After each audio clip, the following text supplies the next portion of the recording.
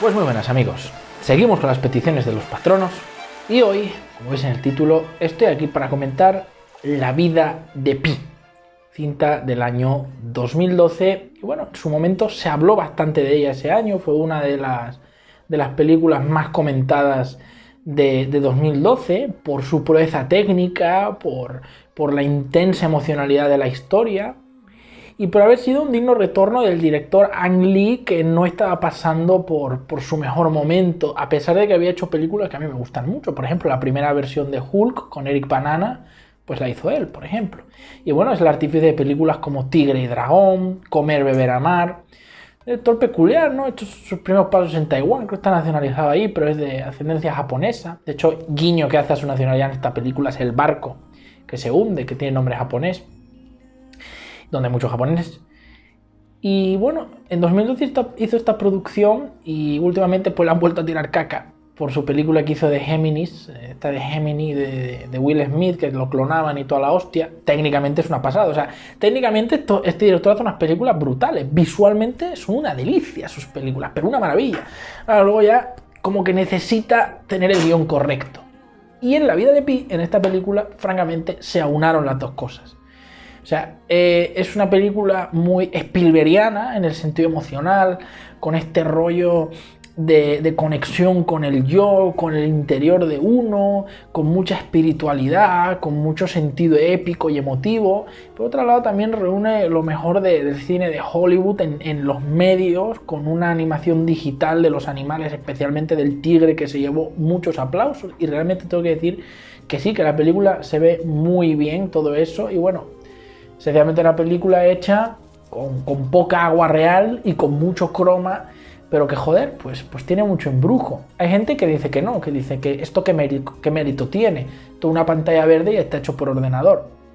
Hombre, mérito tiene, o sea, hacer que algo por ordenador también se vea bien tiene un trabajo. Estás teniendo un grupo de técnicos, informáticos y de animadores visuales y tal que están haciendo un curro de la hostia. O sea, a veces está feo cómo se denota ese trabajo, aunque es verdad que obviamente para mí lo artesanal le da mil vueltas y mil patadas, no por eso voy a denostar lo digital, que no todo es el estudio Weta. Pero vaya, que poco más que decían que esto se tendrían que haber ido al puto mar ahí a grabarlo y tal. Tomas por culo. Luego con Titanic todos estamos perdiendo el culo con la escena de Jack y de Rose en la tabla y estaban ahí en una puta piscina climatizada, o sea que tampoco cambia demasiado. Aquí es según el interés personal, parece que hay más seco personal que valor objetivo realmente de la calidad de los elementos. Pero bueno, es una película que, como dice el título, nos habla de la vida de un personaje. El chico protagonista, de hecho, ganó bastante fama con esta película, pero tristemente después de esto no volvió a hacer ningún papel excesivamente relevante, a pesar de haber trabajado en películas que comenté el año pasado. Por ejemplo, sale en la de Feliz Día de tu Muerte 2, sale en la de Killerman, pero es eso, papeles secundarios, ¿no? Y a pesar de que esta película hace muy buen trabajo, ¿eh? Y bueno, la historia va de un chico que se llama, bueno, él se apoda Pi, porque su nombre era Pissing y se metían con él, le decían Piss, ¿no? De mear. Bueno, es un joven chico de la India cuyo padre pues es el trabajador de un zoológico local. Y en el zoológico pues tienen todo tipo de animales, tienen jirafas, tienen monos, tienen un tigre, al que llaman, bueno, según le ponen el nombre del que lo entregó, del repartidor, porque hubo un error, ¿no? Robert Patrick, o no sé qué le dicen, o sea,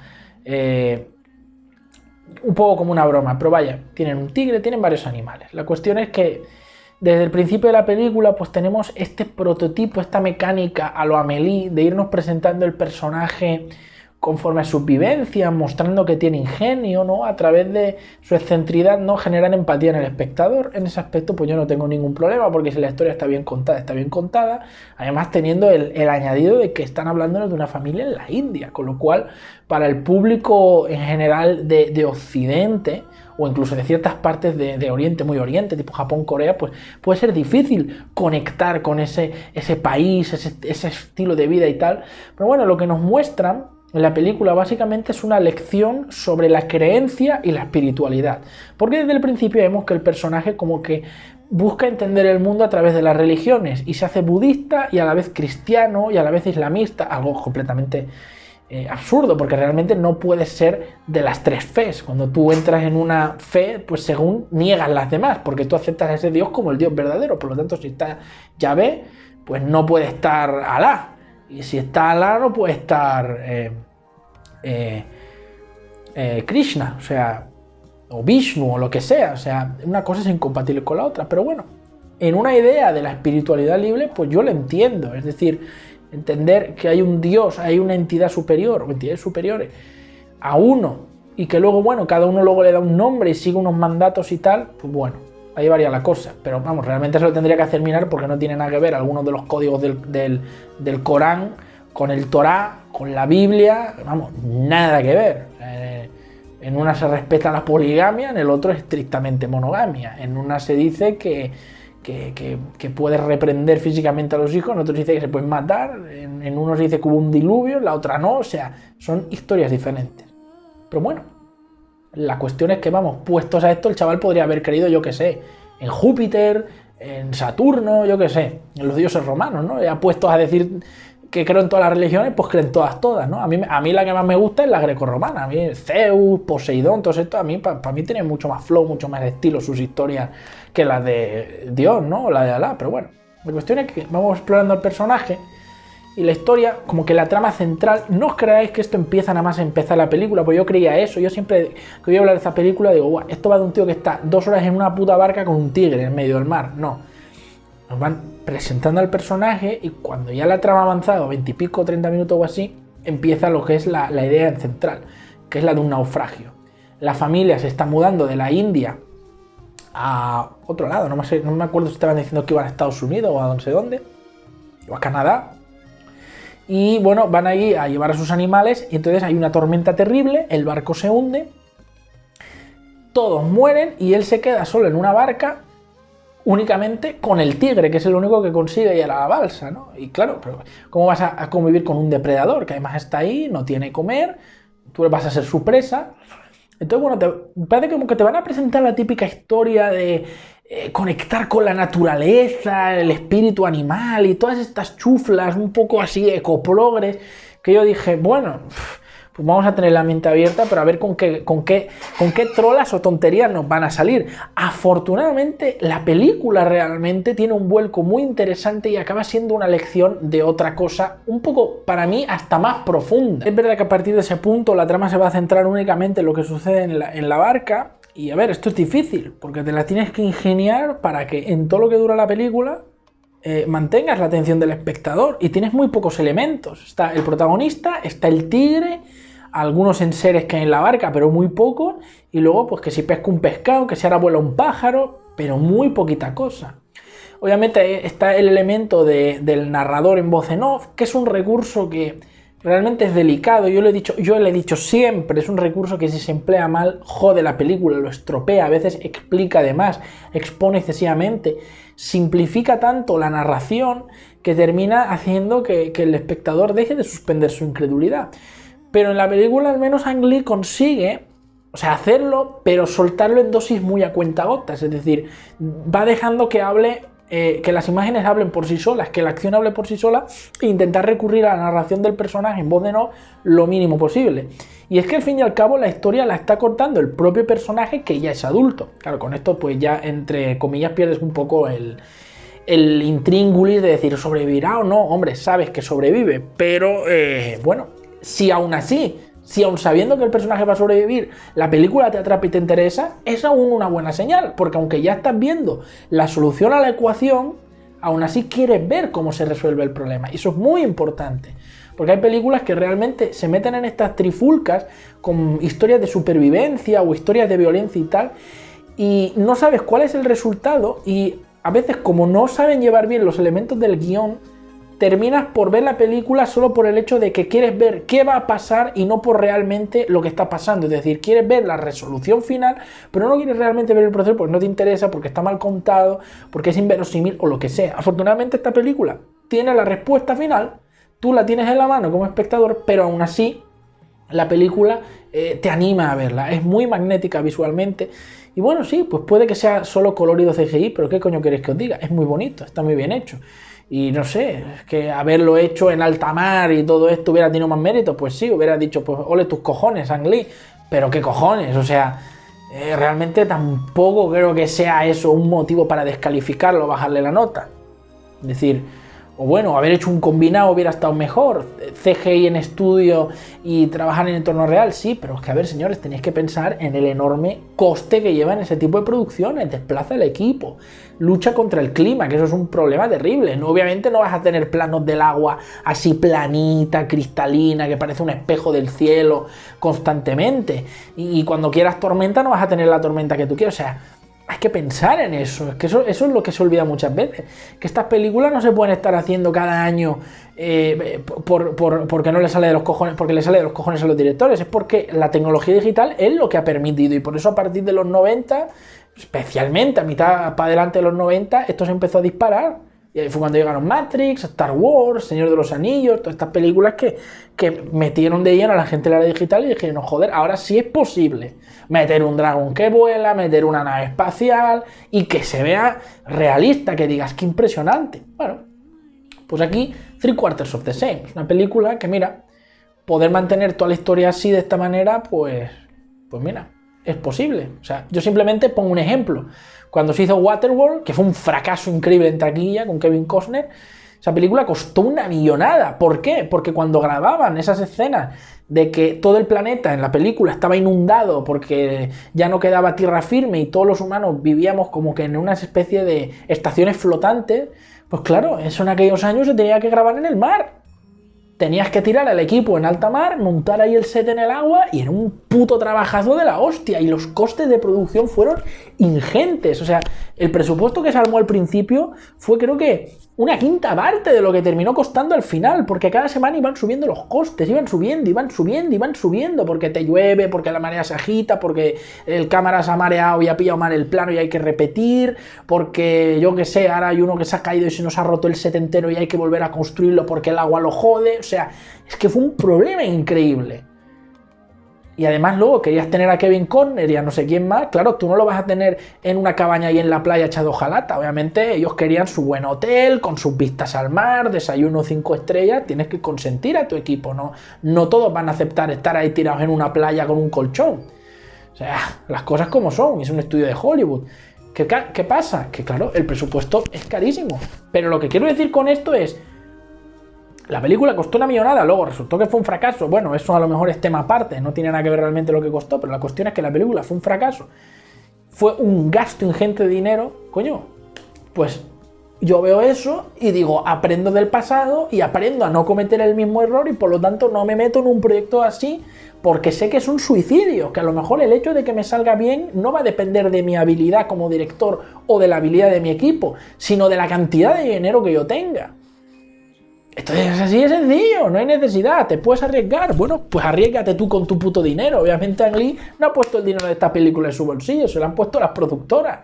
Y las productoras quieren mínimo riesgo, máximos beneficios. O sea que la gente que se queja de que el CGI es que solo es una tela de croma, pues habría que veros a vosotros cómo vais ahí en medio del Pacífico a grabar con los tiburoncillos y el sol de la hostia y el oleaje. Ah, claro, es que decir las cosas es muy fácil, O sea, criticar, yo les lo he dicho siempre, por hablar podemos decir lo que sea. Y no quiere decir que no podamos resaltar los errores de algo, o lo que está hecho mal, o el trabajo que está mal hecho. Pero, del dicho al hecho, hay un trecho. Entonces, técnicamente a mí la película me parece impecable, y argumentalmente también. Y no puedo comentar el trasfondo real de la película porque voy a spoiler, pero bueno, ahora lo comentaré. Así que a mí personalmente... me parece que esta es una película muy digna de ver. Aunque penséis que es una cosa, vais a daros cuenta que luego es otra y el final es muy sorprendente. Yo francamente lo recomiendo mucho y la lección que deja es muy, muy interesante, tanto para cinéfilos como para casuals. Una película de notable, alto, altísimo y, bueno, una de esas películas con las que Ang Lee ha levantado la cabeza y ha sido de las mejores de su filmografía. Bueno, ahora en spoilers, comentar que lo mágico de esta película es que ocurren muchas situaciones, muchas de ellas algo inverosímiles, pero fijaos cómo juega con el lenguaje cinematográfico Ang Lee, que cuando termina la película nos muestran esa escena en la que él naufraga ahí en México Y él le está contando, el personaje, pero ya el mayor, el viejo, le está contando al occidental aquel, le dice, mira, en realidad luego vinieron a preguntarme los del seguro para saber qué había pasado, porque yo era el único superviviente, les conté la misma historia que te he contado a ti, y me dijeron que no me creían, que no, que era imposible, que los plátanos no flotan en el agua, que cómo coño van a dar un orangután y un tigre, que una isla carnívora, o sea, ¿cómo es posible, no? Y les tuve que contar otra historia, que en realidad nos caímos ahí yo, mi madre, el cocinero y un marinero, que mataron al marinero, que luego el cocinero mató a mi madre, se la quería comer, y luego yo maté al cocinero. Y sobreviví comiendo carne humana, a pesar de que yo era vegano y tal, y las pocas provisiones que había ahí, o sea... Y luego naufragué. Y el chaval le pregunta, bueno, pero eso es verdad, o sea... ¿Cuál de las dos historias es la cierta? Porque nosotros en la película únicamente hemos visto la del tigre. Y él le dice, pues, ¿a ti cuál te gusta más? Y él dice, pues la del tigre. Y obviamente nosotros como espectadores seguramente también prefiramos la del tigre. Lo que te está diciendo el director es que ante ciertas situaciones duras o difíciles de la vida, a veces tenemos que elegir para no aceptar los horrores de este mundo o de la propia naturaleza humana, una metáfora más suave. Porque al final las fábulas, los cuentos y las historias que se cuentan a los niños, la Caperucita, los tres ositos, ¿no? El Ricitos de Oro y los tres ositos, Hansel y Gretel, todas estas historias, al fin y al cabo, son una especie de reduccionismo metafórico de la realidad. Cuando estamos hablando de que el lobo quiere comerse a Caperucita y se come a su abuela, la metáfora ¿qué es? Ahí fuera hay gente peligrosa y la metáfora de comer es violar a la niña. Y cuando estamos hablando de, por ejemplo, Hansel y Gretel, es algo muy parecido. No te fíes de los extraños, no te fíes de desconocidos. O sea, al final es una especie de camuflaje que utilizamos para no horrorizar, pero que aún así la lección prevalezca. Pues esta película es lo mismo. A ti en la película hay cosas que a lo mejor te chirriaban, pero la película te lo cuenta tan bonito y tan edulcorado que tú te lo crees. Te crees la isla, te crees que el tigre nada, que el tigre se comunica con el chaval, que pescan un pez gigante y pueden comer, que la isla es carnívora, que tal, o sea, que de la tormenta nadie se ahoga, o sea, todo eso tú más o menos como que Ang Lee te dice, mira, yo te he contado una cosa muy real, pero tú te la has creído porque has entrado en la magia de la historia del cine. De la magia de la historia y la magia del cine, quiero decir. Cuando llega al final de la película y vemos la historia verdadera, es un poco como que nos pone la tesitura de elegir, y todo eso también tiene que ver con el existencialismo y la religión, y la creencia en Dios. Al final, ¿qué nos está diciendo el personaje protagonista y el propio director? Que cuando la gente se pone bajo la creencia de Dios, y se pone de rodillas y junta las manos, o pone las manos en el suelo, o reza el rosario, o hace lo que sea, al final están aceptando aquellas cosas que no comprenden con una explicación simplificada, que todo lo creó Dios en 7 días y que toda la película, ¿no?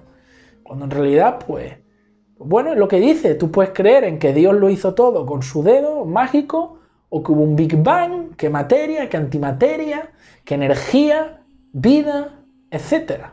O sea, al final todo es de qué tú eliges. Y un poco como que se dijo mucho en aquellos años de que esta película te hará creer en Dios, ¿no? O te volverá a hacer creer en Dios. O bueno, o te devolverá la creencia, o te hará creer que esto es posible. Y en eso estoy bastante de acuerdo, la película es buena, porque si tú te has creído la historia del chaval y el tigre, es un poco como que has entrado en el juego que Ang Lee propone. Porque al final descubrimos que todo era la historia inventada del chico para tapar los horrores que vivió. Que ahí no hay tigre, no hay jirafa, no hay una mierda, ni cebra, ni un orangután, ni hiena, ni nada. Él cae en la barca, como dice, con el cocinero, el marinero herido y su madre. Y los animales simplemente reemplazan el rol de cada uno. Su madre es la orangután, la hiena es el cocinero y la cebra es el marinero. Entonces vemos como la hiena se come a la cebra, es el cocinero que, mira, dice, vamos a matarlo y a comérnoslo porque hay hambre. Pero claro, lo que está mal es que mata a la cebra antes de que muera. Es decir, no le da una oportunidad al marinero de sobrevivir el cocinero. Luego, cuando la orangután pega a la hiena y la hiena mata al orangután, es la madre que, como él dice, golpeó al cocinero, lo agredió, lo reprendió por haber hecho lo de la cebra. Y cuando el tigre mata a la hiena, el tigre es el propio protagonista. Es decir, el tigre que despierta de él, o sea, su instinto de supervivencia, su instinto feroz animal, lo que todos los humanos llevamos dentro, por mucho que vivamos en el mundo civilizado, que coches, que la ley, que te doy la mano y los 2 besitos. O sea, en situaciones extremas nuestros instintos salen a flote para protegernos y salvarnos. Sin instintos no seríamos capaces de volvernos en situaciones muy peliagudas. En el mundo civilizado, bueno, en algunos contextos te harán falta, ¿eh? O sea, te vienen 4 tipos a pegarte y no te defiendes, pues te van a matar, chico. Y la adrenalina que dispara a tu cuerpo y el hecho de que cierres el puño y golpees, o que corras muy rápido, o lo que sea, eso es tu instinto de supervivencia protegiéndote. Cada célula de tu cuerpo quiere que tú estés vivo. Pues aquí es la misma historia. Todos los animales son una metáfora de él. Entonces, ¿qué quiere decir cuando el personaje protagonista se queda con el tigre solo en la barca? Bueno, significa que él se quedó un poco luchando entre su versión animal, su versión salvaje, sus instintos de supervivencia y su versión civilizada, y por eso hay ese duelo constante, y hay momentos donde necesitó su raciocinio y su mente cultivada para saber pescar, para tirar la bengala, para armar el bote, para remar y toda la leche, y momentos donde necesitó de la ferocidad del tigre para pues cazar los peces que pasaban y toda la mierda. Y claro, cuando está comiéndose el pescado, pues sabemos lo que se está comiendo realmente, ¿no? Porque las provisiones no eran muchas. Y él mismo manifiesta en un momento que las pierde. El momento de la isla es lo mismo. Si os fijáis, cuando el plano se aleja en la noche, parece una persona tumbada. Una mujer, de hecho, podría ser, como simbolizando que la isla es la propia conciencia de él. Y él queda atrapado en ese limbo y es lo que dice, que la isla era una isla carnívora y que lo que te daba de día, de noche te lo quitaba. Pues la conciencia es así, ¿no? ¿Qué significa la frase consúltalo con la almohada? O necesito pensarlo, ¿no? Esta noche voy a pensarlo, venga, voy a meditarlo esta noche, con la cama, con la almohada, pues es lo mismo. Cuando estamos durante el día nos mantenemos ocupados, nos mantenemos distraídos y nuestra parte más profunda de la mente, la que es más sosegada, la que es más racional, la que más procesa todos nuestros pensamientos, pues queda un poco en segundo plano, dormitada. No tienes tiempo de escuchar esa voz que decimos la conciencia, no ese Pepito Grillo. Pero cuando nos vamos a dormir por la noche, o estamos en la oscuridad, en la senectud de la nocturnidad, la conciencia es cuando se apodera de nuestros pensamientos y es ahí cuando tenemos más tiempo de pensar. ¿Cuántas veces no nos hemos ido a la cama y, joder, no puedo dormir porque tienes un tema en la mente y no paras de darle vueltas y no paras y no paras y no paras? O te vas a dormir, te duermes y sueñas con aquel tema, ¿no? O sea, tu mente está trabajando constantemente, incluso cuando duermes, que es tu periodo de descanso, tu mente nunca para, el cerebro nunca descansa, siempre está activo. Por eso los sueños son como esa proyección del subconsciente, ¿no? De lo más recóndito de la mente, lo más oculto que hay. Pues la isla es exactamente lo que simboliza. Cuando él dice que encuentra el diente y que dice, si me hubiera quedado ahí, la isla me hubiera comido porque es lo que le pasó a otro, se está refiriendo que en ese momento necesitaba de una vez por todas echarse, jugársela a seguir y terminar de ahí con o sin sus instintos, o se iba a morir en la barca, que tenía que espabilar. Que no podía pasarse comiendo plantas, raíces de plantas, ¿no? Que bueno, porque él era vegano y tal. Lo que no he sacado muy bien es que son los suricatos, pero bueno, yo pienso que a lo mejor los suricatos representan las propias neuronas del cerebro, ¿no? Están por ahí, hay muchas, van chocando, tal, están por en medio, van transmitiendo cosas, pero al fin y al cabo solo son una idea abstracta. Y por eso el tigre se come alguno, ¿no? O sea, el instinto se come el pensamiento racional más profundo. Y por eso finalmente, cuando él llega a México, el tigre se va. Porque él ya en ese momento deja de necesitar su instinto animal, ya ha vuelto al mundo civilizado y es lo que él dice, ya nunca volvió a ver el tigre, diciendo, ya nunca volví a necesitar de esa versión tan feroz de mí porque ya había escapado de esa situación límite.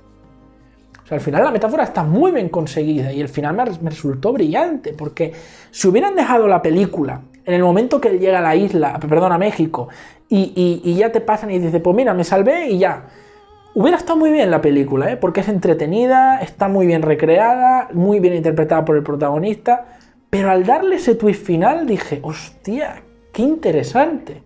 O sea, fijaos como una buena idea en las manos adecuadas puede dar mucho más de sí que en unas manos, pues, no más torpes o idiotas, pero a lo mejor más inexpertas o más ingenuas. Esta película es una gran demostración de ello y por eso creo que tiene gran valor. Realmente es una película muy inspiradora y de la que se puede aprender, porque además es valiente. Haber dejado la película en solo el río de la barquita y el tigre hubiera sido como que tirarse excesivamente a lo comercial, sin pensar mucho y solo presentarte una aventuría con un poquito de drama, ¿no? Pero al darle ese giro, consigue alcanzar un poco al espectador más exigente y te empuja un poquito a pensar y sobre todo a reflexionar sobre tu propia perspectiva de la vida. Y eso es muy valioso y no todas las películas lo tienen. Así que en mi docta opinión, tan brillante puede ser en lo técnico como en lo argumental esta película. En fin, yo creo que eso sería todo, no os doy más la paliza. Si os ha gustado el vídeo, pues ya sabéis, like. Si no os ha gustado también dadle like, es importante. Que, si no os ha gustado, sobre todo, estáis diciendo, hijo de puta, este tío no sabe lo que habla. Dale like, es muy importante, ¿vale? Compartir el vídeo, suscribiros si no lo habéis hecho y si queréis pedir vuestras reseñas, pues ahí tenéis PayPal o también lo podéis hacer por Patreon, que os saldrá más baratico y tendréis acceso a otras muchas funciones by the same price, por el mismo precio. Gracias y nos vemos en la próxima vez.